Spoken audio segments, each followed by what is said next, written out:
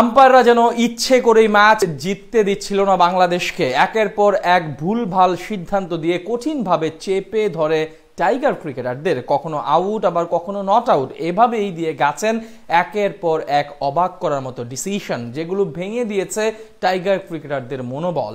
বাংলাদেশের বিপক্ষে আম্পায়ারদের এমন আচরণ নিয়ে বাকিটা জানবো রিপোর্ট। সহজেই ম্যাচ জিততে যাচ্ছিল বাংলাদেশ।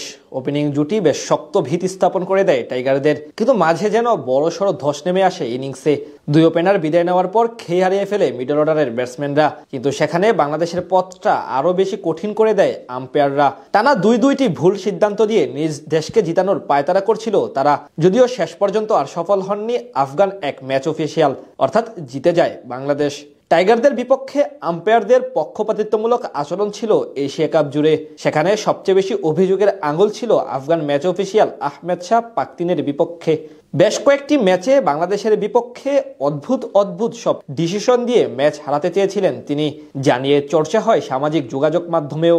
সেই রেস যেন চলমান এবার দ্বিপাক্ষিক সিরিজগুলোতেও, যার প্রমাণ পাওয়া গেছে আজকের ম্যাচে। ব্যাটে বল লাগলেও টাইগার ব্যাটারকে এলবিডব্লিউর আউট দিয়ে দেন তিনি। এমনকি গুরুত্বপূর্ণ সময়ে আম্পায়ার্স কলের এক ডিসিশন দিয়ে ম্যাচ আরো বেশি কঠিন করে ফেলেন বাংলাদেশের জন্য। এদিন শারজা ক্রিকেট স্টেডিয়ামে টস জিতে আগে বল করার সিদ্ধান্ত নেয় আফগানিস্তান।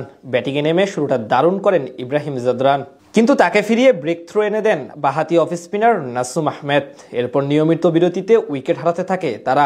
মাঝে রহমানুল্লাহ গুরবাজ এবং মোহাম্মদ নাবি মিলে কিছুটা প্রতিরোধ গড়ার চেষ্টা করেন। শেষ পর্যন্ত 151 রানের পুঁজি পায় আফগানিস্তান।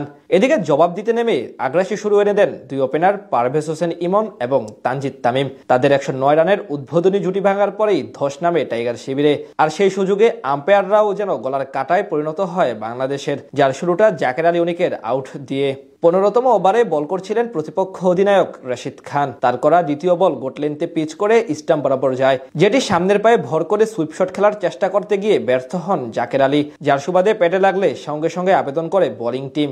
বিপরীতে আঙুল তাক করে আউটের সিদ্ধান্ত দিয়ে দেন আম্পায়ার, যার বিপক্ষে গিয়ে রিভিউ নেন টাইগার ব্যাটার। এরপর রিপ্লেতে দেখা যায় ইম্প্যাক্ট আউটসাইড অফ ছিল, যার সুবাদে আম্পায়ার্স কলে কপাল পুড়ে বাংলাদেশের, কারণ সেটি উইকেটের সিদ্ধান্ত না দিলে বেঁচে যেতেন জাকের। খানিক পরে একই রকম কাণ্ড ঘটে তানজিম হাসান সাকিবের সাথে।